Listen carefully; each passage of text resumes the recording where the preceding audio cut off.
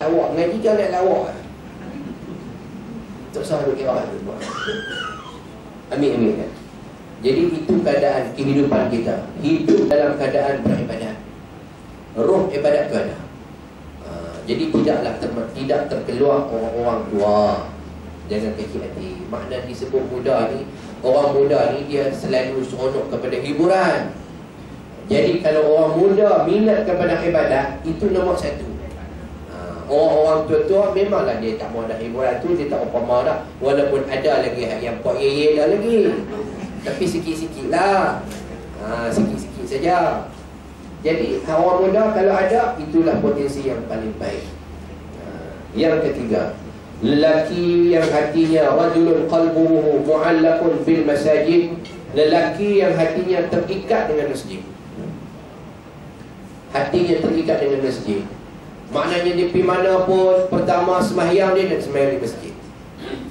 Pergilah berjalan ke mana-mana pun, tempat yang dia nak singgah sekali, masjid. Kita nak berak kencing dalam masjid. Kita terhenti sahaja cari masjid nak kencing ni. Desa sikit, tak ada siapa duk nak. Keluar-keluar jamban tu, basuh kereta. Bola ayak tepi tu, basuh kereta. Dia kata ni yang seronok ni masjid ni. Sedekah orang macam ni lah. Dia tak haram tak sedekah kat masjid tu. Orang kalau hatinya terikat dengan masjid, pilih mana pun dia nak cari masjid. Pertama, bukan dia nak buat qada hajat dia, tapi dia nak berwudu. Dia nak berwudu. Dia nak sembahyang, habis berwudu, dia nak sembahyang.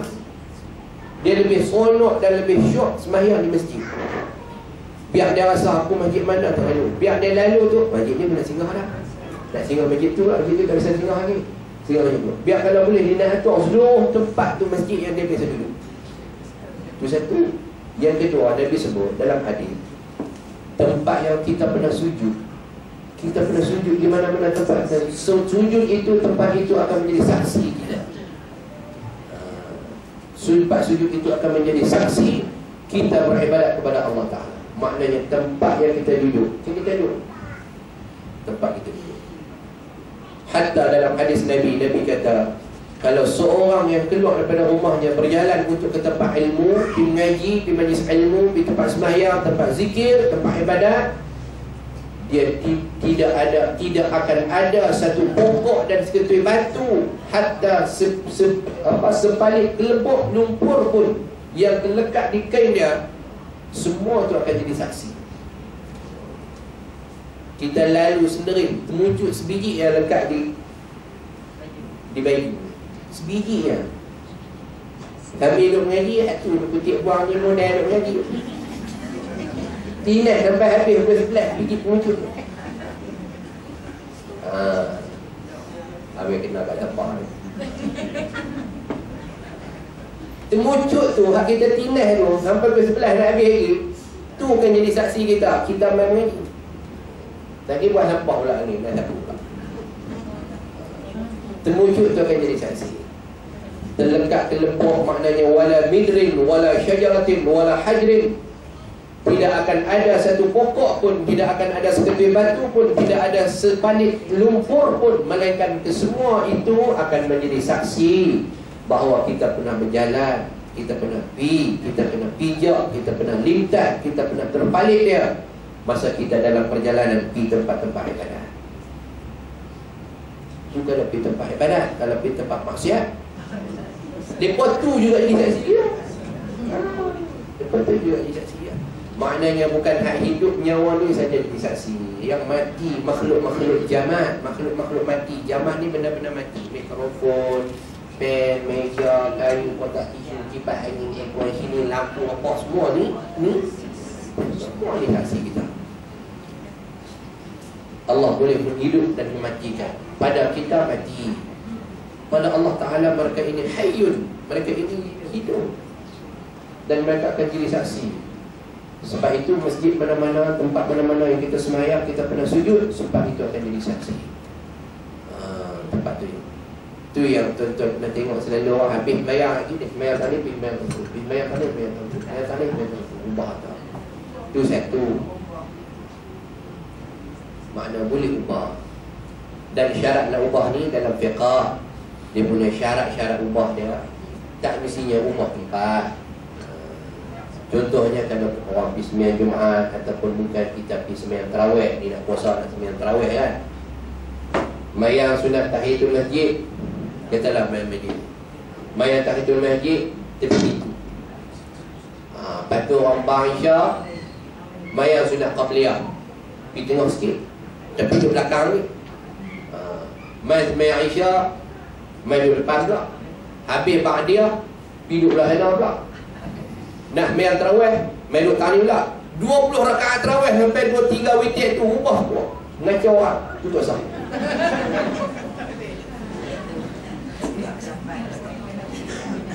Tu ibadat menyusah orang. Ibadat menyusah orang ni dosa.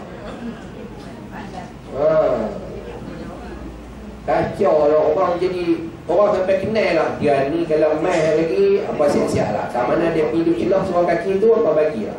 Gila dia letak jenuh. Tak usah. Tu ibadat menyusah orang. Kita ni semayang, Nabi kata dalam syarat kita fiqah, yang dikatakan berubah tempat itu bukan mesti bangkit dan berpindah. Itu satu, bangkit dan berpindah. Diri tani, hidup tani. Diri tani, hidup tani. Itu satu. Satu lagi, kalau keadaan-keadaan yang sesak macam kita di Masjidil Haram, Masjid Nabawi, Masjidil Aqsa atau mungkin tempat-tempat yang ramai, kita nak berubah tak boleh. Nak ambil juga syarat, nak ambil asyam, nak ambil berkat buq'ah, nak ambil berkat tempat yang kita nak ubah tu, memadailah kita injak tapak kaki ya. Tui tapak kaki ya, macam kita langkah dah. Tui semayang. Sudah kira berpindah ke berpindah. Dah kira sama lah macam orang duduk semayang jemaah, habis semayang esok pergi pakai sendiri. Istighfar pun tak dan, tahlil pun tak dan, orang-orang pergi dulu orang-orang tu. Oh, dia kata nak ambil berkat tempat lagi banyak. Tak payah. Tak mana kita berzikir, tahun tu kita bayar, tak apa, tak ada masalah. Tak ada masalah. Dia masalahnya pasti dia tak mengaji. Dia mengaji hasad, mengaji suku, lagi 3 suku dia tak habis. Itu yang rata hidup. Rata.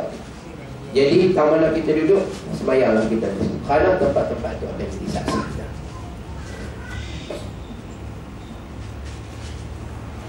Yang keempat, 2 orang lelaki yang berkasih kerana Allah, mereka berhimpun kerana Allah dan bercerai kerana Allah. 2 orang lelaki, makna perempuan juga lah. 2 orang sahabat, ada lelaki ataupun perempuan, bukan lelaki dengan perempuan. Tak kisahnya Nabi sebut lelaki, sebab Nabi mengutamakan lelaki. Mana ada 1 orang, 2 orang kawan berjumpa dan berpisah mereka kerana Allah. Maknanya tak pelik, tak gaduh. Duduk di rumah, duduk tanya nak pergi. Nak pergi lagi dia duduk tunggu aku, duduk tanya ni. Duduk tanya dia duduk tunggu aku nak pergi. Maknanya suka, sayang dan tak gaduh kerana Allah.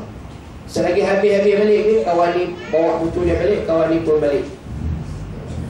Berpisah kerana Allah.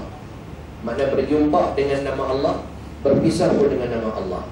Yang kedua, mai berjumpa mula-mula, Assalamualaikum warahmatullahi. Nak balik yang kedua, Assalamualaikum warahmatullahi, dengan ucapan dan lafaz kalimah Allah Ta'ala. Bukan main tujuan kerana nak bergaduh, nak berkelahi. Bukan lepas-lepas berjumpa, berpisah terlepas berkelahi. Itu bukan kerana Allah. Dia tak boleh. Maknanya main berjumpa dan bercerai kerana Allah Ta'ala. Yang kelima, ورجل دعته امرأة ذات منصب وجمال فقال إني أخاف الله. Lelaki yang diminta melakukan perbuatan zina oleh perempuan yang berpangkat dan cantik, lalu ia berkata, sesungguhnya aku takut kepada Allah. Ada seorang perempuan menawarkan khidmat maksiat kepada seorang lelaki. Dan perempuan ni ada harta, ada pangkat, ada nama, macam yang berlaku kepada Nabi Yusuf AS. Contoh dia macam itu. Imra'atun aziz, isteri permaisuri, isteri raja, isteri pemerintah, ajak hamba sahaya dia Nabi Allah Yusuf AS berzina. Dan dia kata, tak apa, tak usah takut, saya ada kuasa, saya boleh padam itu semua, saya boleh jaga, boleh cover. Jangan ikut, jangan bimbang. Tapi lelaki yang beriman ini, dia takut. Dia takut, inni akhafullah, saya takut ke Allah. Mungkin di dunia boleh off record, boleh padam record di dunia, tapi record akhirat siapa boleh padam? Rekod akhirat tak ada siapa boleh padam. Di dunia kita boleh padam, kita boleh hapus, kita boleh langsai, kita boleh tutup. Tapi akhirat kita tidak boleh tutup. Malaikat tak makan rasuah. Malaikat tak makan rasuah. Yang keenam, wa rajulun tasaddaqa bi sadaqatin fa akhfaha hatta la ta'lama yaminuhu ma tunfiqu shimaluhu. Lelaki yang bersedekah kemudian menyembunyikan sedekah itu hingga tangan kanannya tidak tahu apa yang dibelanja oleh tangan kirinya. Maksudnya bersedekah secara rahsia. Bersedekah secara rahsia, tidak war-warkan, tidak hebahkan, tidak ceritakan apa yang disedekahkan kepada orang. Dia bagi secara rahsia, tidak sahaja tahu. Bukan bagi sambil tutup, sambil balut tangan sebelah ni. Bagi tangan kanan kiri tak tahu tu, bermaksud tidak menceritakan kebaikan-kebaikan yang kita buat kepada orang. Dia ada dua perkara kena ingat dalam fiqh. Kalau bersedekah yang kena bagi tahu, itu namanya zakat yang wajib. Kena habaq ke orang. Aku bayar dah zakat, bayar lagi. Hak tu tak dosa, tu wajib kena beritahu. Bayar lagi zakat, budak lagi, pergi bayar zakat. Aku bayar dah 3,000 tu. Contohnya. Hak tu tak apa, pasal itu zakat wajib. Macam kita duk bayar zakat fitrah bulan puasa. Amil duk tunggu masjid, pergi supermarket jumpa amil, pergi bank Islam jumpa amil, pergi pejabat pos ada amil, pergi pejabat daerah ada amil, pergilah tahun lalu ada amil. Jadi kita nak bayar zakat, tak ajak dia masuk pergi dalam bilik iyak kah? Tak, kita tengok amil pergi tak ada ya. Tinggal buku ya. Mai keluar mau bagi zakat fitrah. Dah, zakat fitrah dibayar, diberikan, disampaikan secara terang. Sebab apa kena terang, kena jelas? Sebab bagi peringatan kepada orang yang tak bayar lagi itu, supaya kena bayar. Memperingatkan kerana itu wajib. Yang kena bagi secara sulit, kena bagi secara rahsia, yang bagi secara tangan kanan bagi, kiri tak tahu. Ini adalah sedekah-sedekah sunat. Lagi nak bagi kita saja sembunyilah. Ini kita je yang tahu, orang tak tahu. Nak bagi itu sekali lagi, kita je yang tahu, orang ni tak tahu. Tak saja cerita, tak apa. Jadi sedekah-sedekah sunat yang diberi itu hanya kita sahaja yang tahu, tidak kita cerita, tidak kita hebahkan kepada orang. Yang ketujuh, wa rajulun zakarallaha khaliyan fafadat 'ainah.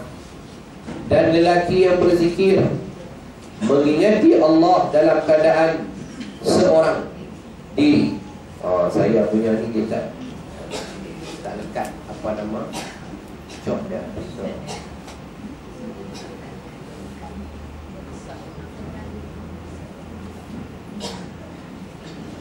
Dan lelaki yang berzikir mengingati Allah dalam keadaan seorang diri hingga mengalir air mata. Orang yang kita, manusia hamba Allah Ta'ala yang duduk seorang-seorang bermuhasabah, zikir seorang bermuhasabah, merenung nasib amalan diri, dosa dan pahala kita, akhirnya teringat dosa kita dengan Allah Ta'ala, takut Allah Ta'ala tak ampun kita, takut dosa-dosa kita tak boleh, amalan-amalan kita tak boleh nak tampung, nak padam semua dosa kesalahan-kesalahan kita. Nak bimbang juga sebab kita ni banyak dosa daripada pahala. Dosa kita banyak daripada pahala. Tapi walau bagaimanapun kita berusaha. Walaupun kita tidak ada penanda aras, tidak ada penunjuk, kita tak boleh nampak kita punya markah pahala kita berapa, markah dosa kita berapa. Bangkit pagi boleh cek tengok macam cek darah tinggi, cek darah tinggi mana. Cak cucuk, aku 10 hari ni, mari 15. Ini 10. Mai esok lah cek pula, oh ini 9. Senang hati boleh pilihkan Nuri lah. Tu kecil manis, tak apa boleh periksa. Dosa pahala Allah tak bagi. Hari ni kemarin aku ada 300 amalan baik. Mari dulu 291. Kalau duk bagi macam tu kita sedap. Banyak orang ni. Kemarin ni boleh cover hari ni macam mana? Kemarin duk ada 730 amalan kebaikan. Mengaji pada pagi sampai malam. Cuma Lena sah ya tahu tu. Tu yang korang tinggal 7 hotel.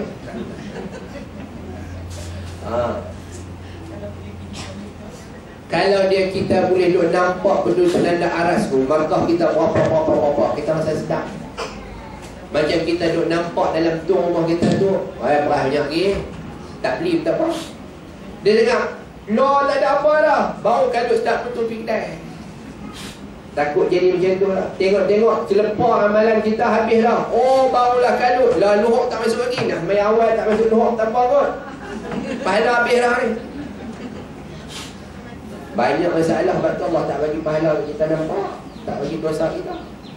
Takut dia rasa sedap sangat. Takut dia rasa sombong sangat. Takut dia tengok dosa dia terlalu banyak daripada pahala. Dia puluh nak buat ibadat, nak bagi dapat dosa, nak bagi hapus dosa dia, nak naik pahala balik sampai tak kena waktu. Waktu haram bayar pun bayar. Tu yang duk bagi dia haram jadah tu. Jadi kebaikan Allah tidak tunjuk, tidak jelaskan berapa kadar pahala, berapa kadar dosa. Memadai Allah Ta'ala sebut, bagi tahu kat kita, buat sekian-sekian-sekian, ni dosa. Buat sekian-sekian-sekian, ni pahala. Memadai itu. Memadai. Jadi kita buat sesuatu, dosa-dosa yang kita buat itu muhasabah diri kita, dan kita teringat banyaknya dosa kita, salah di situ, salah di sini dan sebagainya. Dan kita berdoa kepada Allah Ta'ala. Mungkin kita tak mampu nak tampung amalan kita. Rasa-rasa boleh mampu kalau kita nak tampung amalan dosa kita dengan pahala kita. Tak mampu. Nabi yang maksum pun semayang sampai bengkak muka lagi. Kita tak semayang, tidur bengkak biji mata. Nabi bengkak mata kaki kan, kita bengkak biji mata. Mata juga lah, tapi bengkak tahu lagi. Nak tampung. Nabi yang maksum tu berusaha cukup hebat. Sampai Sayyidina Aisyah kata, adakah kamu masih lagi, adakah kamu seorang Rasul yang maksum tapi masih lagi nak beribadat kepada Allah? Afala akunu 'abdan syakura? Nabi kata, tak bolehkah kalau aku nak jadi hamba yang bersyukur? Nabi tak nampak amalannya, tak nampak pahala dia, tapi Nabi masih nak bersyukur. Kalau kita memang kita tak bersyukur lah. Kalau kita nampak, kita rasa tak apa. Ajak buat tu, mari ibadah, dah lah, syukur lah, dah buat dah tu. Tu dalam tak nampak tu. Tu dalam tak nampak tu. Jom pergi mengaji, esok hari Ahad dah mengaji tempat si sana pula. Jadilah, mari nak main mengaji dah. Tu dah amalan tu. Kau buat teraturan. Kalau boleh nampak, betul nampak. Apabila keadaan ketika itu dahsyat dan huru hara, adalah hebat terhadap manusia daripada mahsyar itu, mereka memohon syafaat daripada Allah melalui para rasul dan nabi supaya mempercepatkan hukuman terhadap mereka. Jadi keadaan huru hara, ahwal, dia panggil ahwal, Hari kiamat dia panggil ahwal, huru-hara, jumpa sana sini orang menyerik lah apalah, menyerik orang macam isteri apa dah tak tahu hala ke mana, tapi tak kecewa dia dulu. Jadi dalam keadaan huru-hara tu, masing-masing tu minta merayu ke Allah Ta'ala, mohon supaya Allah Ta'ala bagi syafaat melalui Rasul dan Nabi, supaya kita ni cepat selesai urusan kita. Jadi kita pergi diri nak bayar api ayam lah, beratuk tu sampai keluar, dah jadi X lah, 3 kali jadi X. Itulah macam nak beli santan nak ayah tu, kamu tak tahu lah pula. Tu pun ada ayah tak berapa nak manis tu. Ini rajik kot tu. Kawan ni pun timbang lebih sikit, tuang sikit. Hak tuang tu boleh kat dia. Hak tuang tu boleh kat dia. Kan memang baik kan. Hak kawan tu tunggu 3 jam ni, aku tak ada apa-apa. Jadi masing-masing hadut beratok tu, berlengkoi-lengkoi tu, semua bukan nak cepat. Siapa tak mau cepat? Jadi kalau boleh bagi kat aku lah, bagi kat aku lah. Kalau hak yang tu jual santan tu, ada satu, siapa nak? Aku. Dia akan pergi. Jadi di masyarakat pun, siapa nak masuk, siapa nak selesai dulu? Aku nak. Tapi tak boleh. Susah. Susah. Boleh nampak no? Sesak di santan tu no?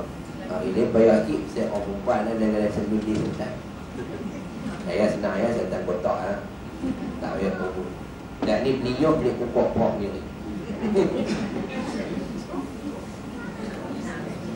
Tak payah beli dengan balik katok sendiri. Bila nak buat, tak apa. Jadi santan basi dengan bukti air lah. Tiap-tiap orang Rasul menyerahkan hak memberi syafaat kepada Rasul-Rasul yang kemudian daripada mereka hingga sampai kepada Nabi Muhammad SAW. Umat-umat Nabi, umat Nabi Adam, umat Nabi Idris, umat Nabi Nuh, umat Nabi Hud, semua umat-umat Nabi ni bicari Nabi dan Rasul memang tak masuk syurga.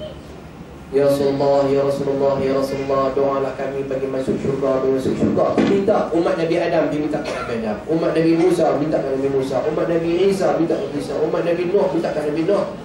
Apa Nabi-Nabi ni jawab semuanya? Kami tak boleh bagi syafaat hari ini. Kami sendiri pun kena minta syafaat dekat satu orang manusia, Allah Ta'ala. Kita semua kena pergi cari satu orang yang namanya Muhammad SAW. Dia aja yang boleh beri syafaat hari ini. Jadi pergi minta dekat Nabi, Nabi semua tak boleh bagi. Lalu pergi jumpa dengan Nabi Muhammad SAW, lalu baginda memberi syafaat kepada mereka, dan syafaatnya diterima oleh Allah. Bila semua Nabi-Nabi ini pergi jumpa Nabi Muhammad SAW, minta doa, Nabi Muhammad tolong minta kepada Allah Ta'ala. Kita ada syafaat tu, recommendation, sokongan. Kita di dunia ni sorak sokongan lah. Minta dekat Nabi, melalui Nabi SAW, minta buat tu. Ya Allah Tuhan kau, ya Allah Tuhanku, ni hamba-hambamu daripada sekalian bapa-bapa, datuk nenekku, Nabi-Nabi dan Rasul ni, minta syafaat supaya engkau mudahkan kepada mereka dan umat-umat mereka masuk dalam syurga. Allah bagi, barulah mereka boleh dapat syafaat. Baru dia dapat syafaat itu. Kemudian berpalinglah manusia menerima kata-kata putus terhadap diri mereka masing-masing. Bila dah dapat syafaat itu, dapat sokongan itu, barulah semua akan diputuskan, dihukumkan mengikut suratan amalan masing-masing kita. Barulah tahu nak terima suratan amalan kita dan sebagainya. Balasan amalan Allah Akbar. Awalnya tunggu. Balasan amalan. Kita beriman bahawa setiap orang hamba akan menerima balasan amalannya, iaitu balasan kepada setiap amalan baik dan jahat yang dilakukan oleh manusia masa hidup di dunia ini. Semua kita akan mendapat balasan, sama ada balasan baik ataupun balasan buruk. Dua tu je ya. Jadi balasan-balasan ni akan diberikan kepada kita berdasarkan amalan yang kita buat sekarang. Kalau baik kita buat, balasan baiklah kita dapat. Kalau buruk kita buat, buruklah kita dapat. Kalau banyak kita buat, banyak kita dapat. Sikit kita buat, sikit kita dapat. Sama macam kita sekarang lah juga. Bubur sekepoi, dapat nasi cabar sekepoi. Bubur 10 kilo, dapat nasi cabar 10 kilo. Boleh buat baik. Allah Ta'ala sebut dalam Al-Quran, dalam surah An-Nur ayat 25, Yawma idhin yuwaffihimullahu dinahumul haqq wa ya'lamuna anna Allaha huwal haqqul mubin. Sadaqallahul azim. Di hari itu Allah akan memberi mereka balasan yang setimpal menurut semestinya. Dan ketahuilah mereka bahawasanya Allah lah yang benar lagi yang menjelaskan segala sesuatu menurut hakikatnya yang sebenar. Ini penjelasan dalam Quran bahawa Allah Ta'ala akan beri amalan yang setimpal, yang cukup, yang sama, yang adil dengan apa yang kita buat. Allah tidak akan balas melainkan apa yang kita buatnya. Wa ma yazlimuhumullahu walakin kanu anfusahum yazlimun. Allah kata, aku tidak akan zalim kepada kamu, tetapi sebenarnya kamu yang buat zalim kepada diri kamu sendiri. Hari akhirat Allah, kalau Allah bagi dosa kepada kita, bagi kita masuk neraka, bukan kerana Allah tu zalim kita, tapi kita buat zalim diri kita, sehingga menjadikan Allah kena had, kena balas, kena hukum kita dengan balasan neraka. Yaumuddin, hari agama, yang disebut di dalam Al-Quran ialah hari balasan. Itu Yaumuddin. Sekadar mana engkau tunduk dan patuh kepada Allah, maka sekadar itulah engkau akan dibalas. Dekat mana kita taat, dekat itulah kita akan dapat balasan Allah. Firman Allah Ta'ala dalam surah Al-Qasas ayat 84, Man jaa bil hasanati falahu khairun minha wa man jaa bis sayyi'ati fala yujza alladhina 'amilus sayyi'ati illa ma kanu ya'malun. Barang siapa yang datang dengan membawa kebaikan, maka baginya pahala yang lebih baik daripada kebaikan. Siapa yang buat baik, Allah Ta'ala akan bagi pahala lebih baik daripada apa yang kita buat. Lebih baik, bukan sama, lebih baik. Dan siapa yang datang dengan membawa kejahatan, maka tidaklah diberi balasan kepada orang yang mengerjakan kejahatan itu melainkan seimbang dengan apa yang dahulu mereka kerjakan.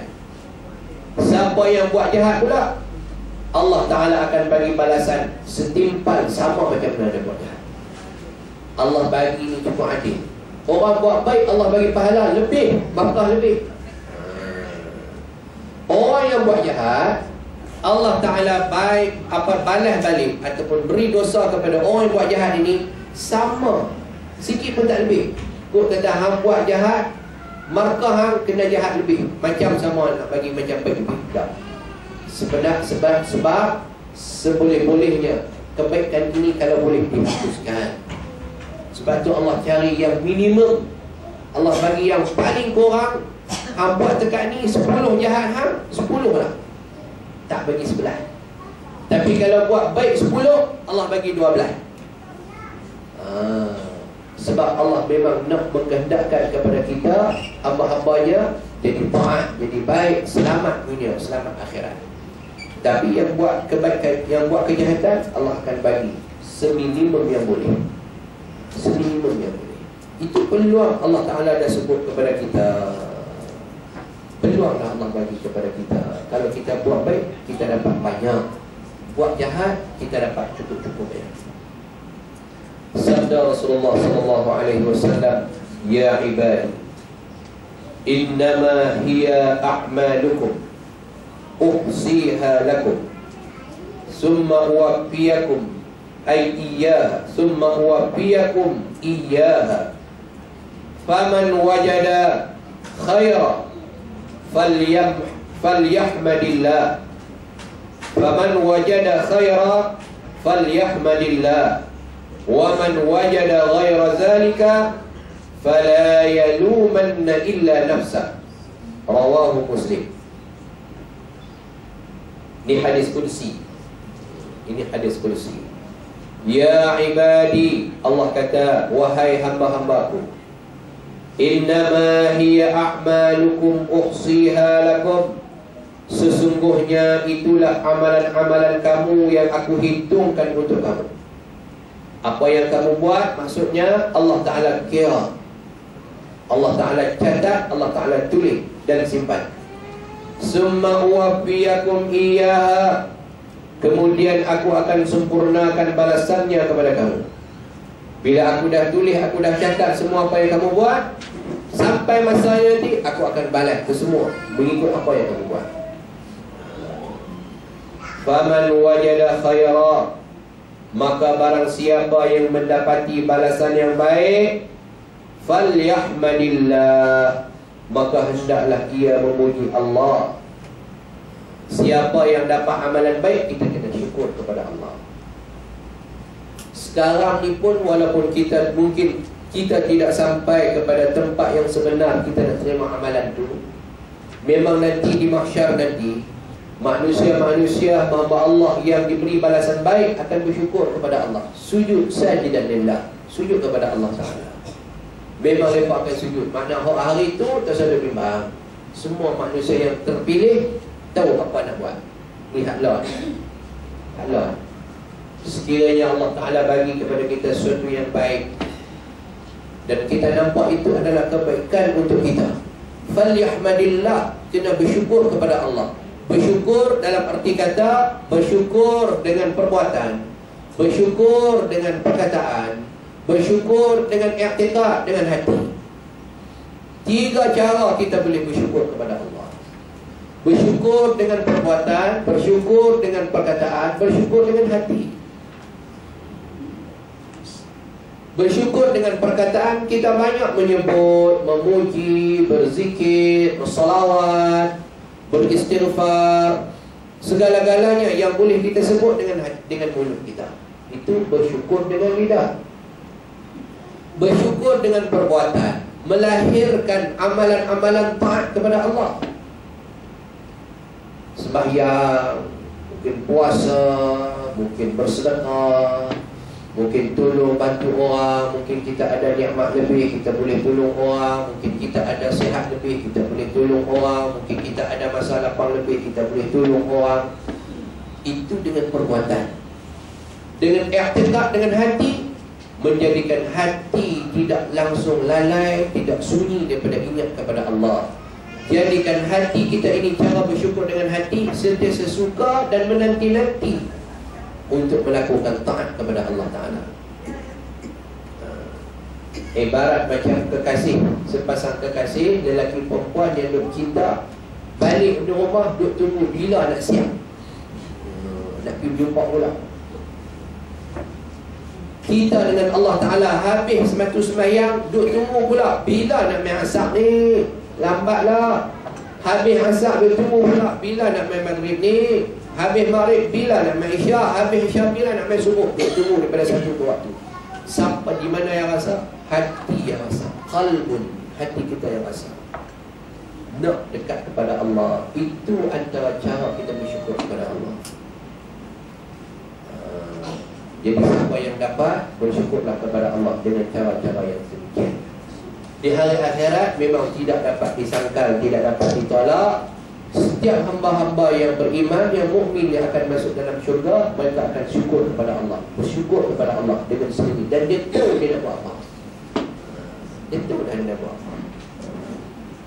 Maka waman wajada ghaira zalik, maka barang siapa dan siapa yang mendapati balasan yang sebaliknya, maknanya dia tidak dapat yang baik, dapat yang sebaliknya, fala yalumanna illa nafsah, maka janganlah ia mencela melainkan dirinya sendiri. Jangan marah, tapi marahlah diri kita sendiri. Kerana kita yang tak mau, kerana kita yang tak suka, Kalau kita yang tidak minat, samalah macam kehidupan kita di dunia ini. Kalau kita malas, kita tidak akan dapat banyak. Kalau kita rajin, kita akan dapat banyak. Kalau kita berusaha, kita akan dapat berganda. Kalau kita malas berusaha, mungkin kita akan dapat kurang daripada apa kita usaha. Akhirat pun begitulah kita. Kalau kita malas di dunia, hasil amalan kita Allah Ta'ala tidak akan bagi, melainkan kita akan dapat kerugian. Jadi jangan marah. Itu hasil amalan yang kita usaha. Fala yaduman, jangan kira kita yang sama lah macam kita di dunia. Yang ke-8, sikit.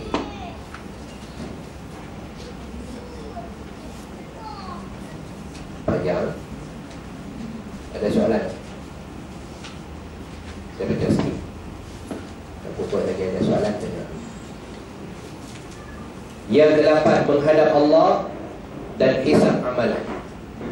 Kita beriman bahawa pembalasan terhadap manusia itu berlaku selepas pengadilan yang cukup adil, iaitu dihadapkan manusia di hadapan Allah, didirikan saksi bagi mereka yang menyaksi kejahatan mereka. Ini kita masuk satu hisab amalan. Hisab amalan ini kena kira amalan kita satu.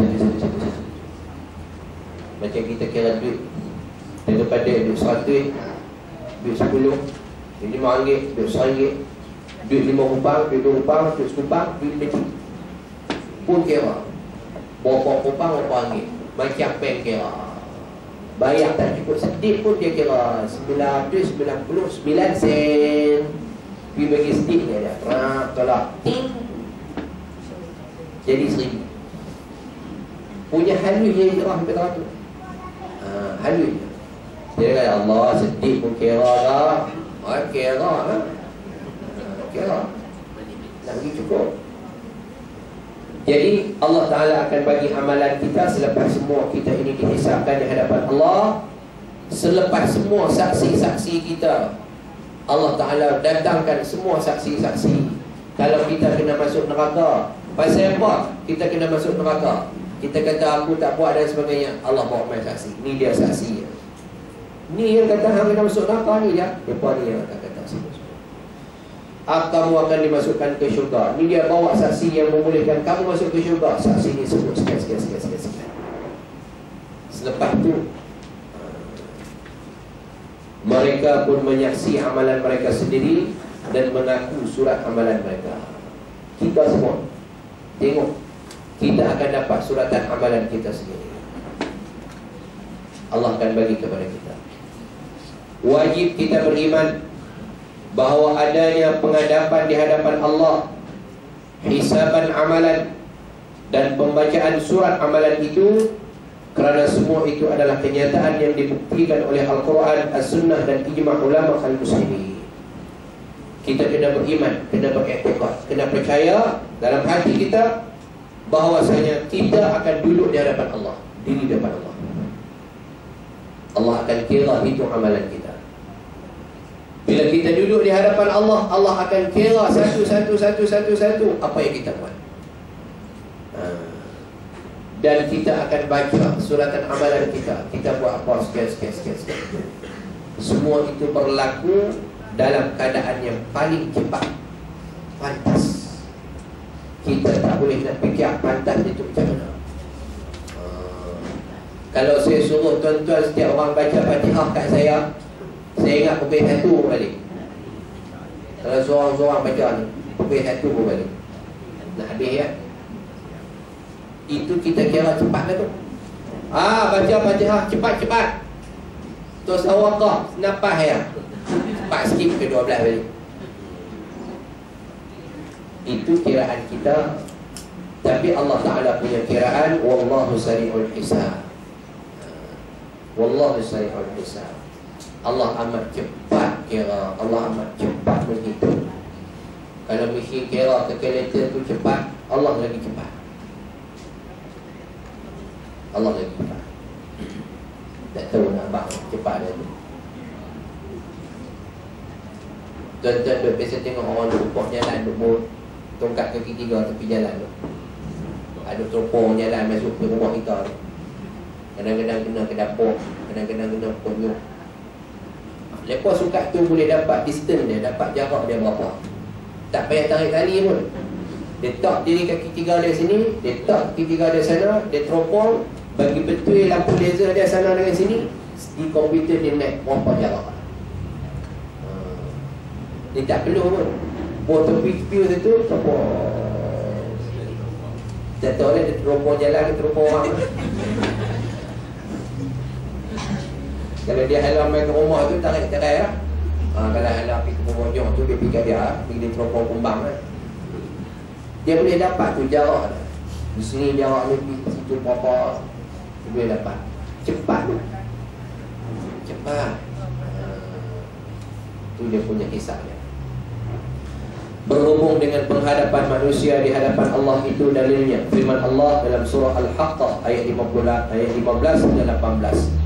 فَيَوْمَئِذٍ وَقَعَتِ الْوَاقِعَةُ وَانشَقَّتِ السَّمَاءُ فَهِيَ يَوْمَئِذٍ وَاهِيَةٌ وَالْمَلَكُ عَلَى أَرْجَائِهَا وَيَحْمِلُ عَرْشَ رَبِّكَ فَوْقَهُمْ يَوْمَئِذٍ ثَمَانِيَةٌ يَوْمَئِذٍ تُعْرَضُونَ لَا تَخْفَى مِنكُمْ خَافِيَةٌ صدق الله العظيم.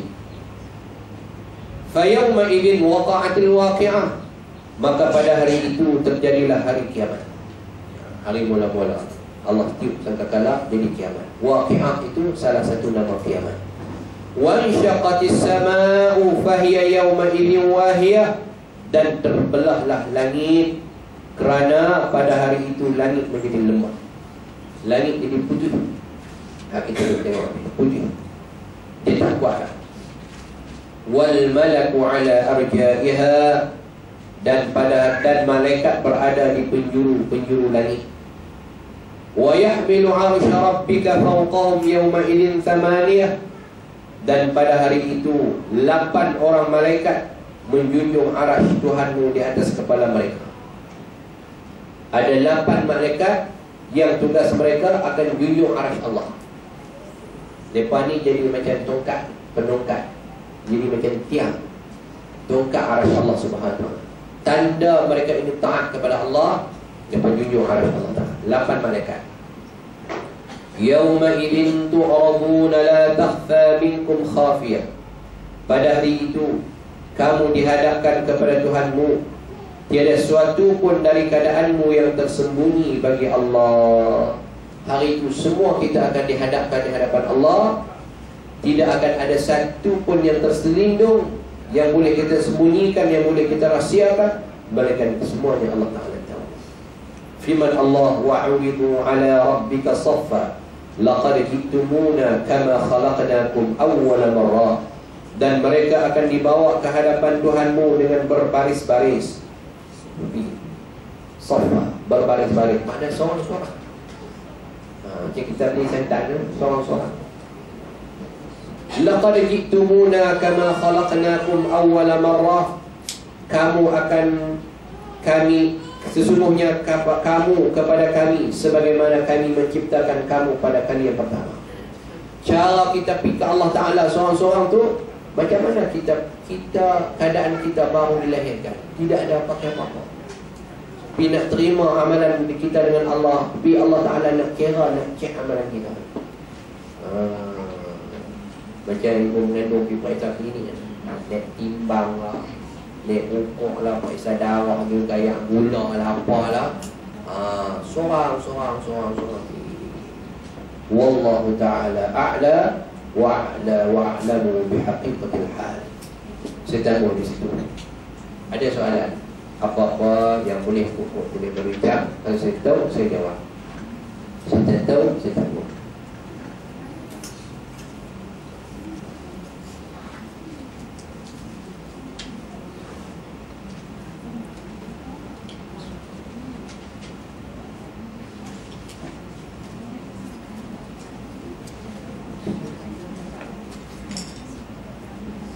Ada soalan? Tak ada. Tanya pasal solat sunat Pak Dia tu, kata kalau lepas agama orang kita kata ada apa boleh buat lambat. Waktu masih ada. menangguhkan solat ba'diyah. Boleh. Kita ada habis sembahyang, kita habis sembahyang tu ketika kita tempatan wudu ke, ataupun hujan keluar pergi kutip baju ke, ataupun tak mau sembahyang di masjid, nak balik sembahyang di rumah, boleh. Maknanya selagi masih ada waktu solat yang kita nak buat. Kalau kita solat maghrib, maknanya masih ada waktu maghrib. Kalau kita nak solat ba'diyah isyak, masih ada waktu isyak, boleh tak? Selagi ada waktu dan masa, solat ba'diyah itu dikira. Tapi yang afdalnya disegerakan. Allah.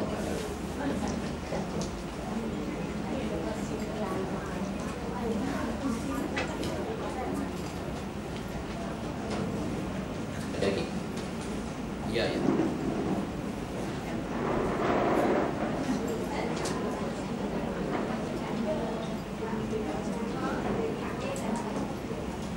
Fadilat, duha, witir dan tahajud. Yang saya ingatlah, saya jawab yang saya. Sebenarnya ketiga-tiga solat witir, duha dan tahajud adalah solat yang diutamakan oleh Nabi dan sepatutnya kita kena buat setiap hari. Jadi solat-solat itu bukan sampai ke tahap wajib, tapi muakkad, dituntut. Seboleh-bolehnya kalau setiap hari kita buat, itu yang paling baik. Maknanya kalau boleh setiap hari sembahyang duha, setiap hari sembahyang tahajud, setiap malam sembahyang witir. Di fadilat-fadilatnya banyak. Di antara fadilat solat duha, Nabi sebut amalan itu memurahkan rezeki. Allah membuka pintu rezeki kepada kita, bermacam-macam cara dan kaedah rezeki. Sama macam yang disebut dalam doa. Kita berdoa pada Allah dalam sembahyang duha itu, Allahumma in kana rizqi fis sama'i fa'anzilhu. Kalau rezekiku di langit, buat turunlah. Wa in kana haraman fatahhirhu. Kalau rezeki aku ni kotor, haram, kau bersihkanlah bagi kita dapat cara yang baik. Wa in kana mu'siran fayassirhu. Kalau rezeki ni susah nak dapat, bagilah cara mudah. Wa in kana ba'idan faqarribhu. Kalau rezeki ni jauh, bagi baik dekat. Jadi itu doa duha, atini ma atita ibadaka salihin. Kau bagilah kepada aku seperti mana kau berikan kepada hamba-hambamu yang soleh. Itu fadilat solat duha, lebih kepada murah rezeki. Walau bagaimanapun ada ulama-ulama yang menyebut tentang hadis Nabi SAW, solat duha ini juga dikira sebagai solat sebahagian daripada solat sunat taubat. Solat sunat taubat. Jadi ada yang mengatakan solat sunat taubat ini termasuk dalam solat sunat awabin, antara maghrib dengan isyak. Solat sunat awabin, maknanya dikatakan, ada ulama kata solat sunat awabin tak ada, tapi yang antara maghrib dan isyak itu iaitu solat sunat taubat. Walau bagaimanapun tak apa, tak salah, tidak salah. Sama ada nak buat taubat ke, nak buat awabin ke, nak buat khususkan satu-satu, tidak ada masalah. Solat sunat witir, witir bermakna ganjil satu. Witir bermakna ganjil satu. Jadi solat witir antara solat yang dituntut oleh Nabi untuk kita buat setiap malam. Buat setiap malam. Dan disebut dalam hadis, kalau sekiranya kamu merasakan, dalam hadis tu Nabi kata, kalau kamu rasa kamu boleh bangkit di hujung malam, maka buatlah witir di hujungnya. Sekiranya kamu rasa kamu tidak berupaya untuk bangun di penghujung malam, tapi kamu akan jaga lepas sembahyang, lepas subuh, mana dah masuk subuh baru kita jaga, nak buat witir tak boleh, maka kamu solatlah witir di awal-awal waktu.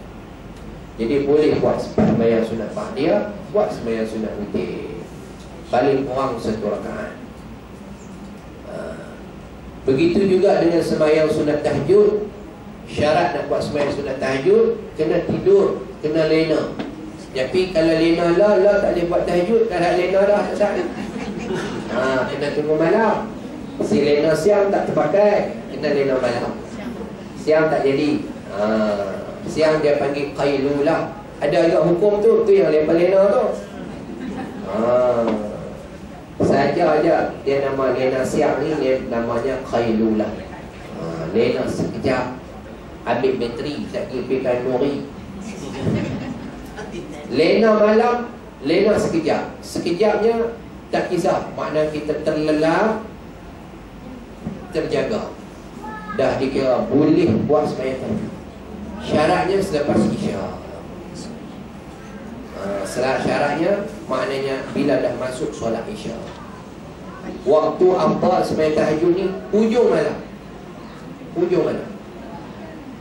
Bukan di tengah malam, maknanya di hujung malam. Waktu hujung malam ini maksudnya waktu sahur. Waktu sahur. Sebab waktu sahur Nabi sebut sahur ini afdalnya dekat-dekat nak habis solat. Bukan pukul 3, pukul 2 tu. Tu makan tu hari tak dalam kek yang subuh.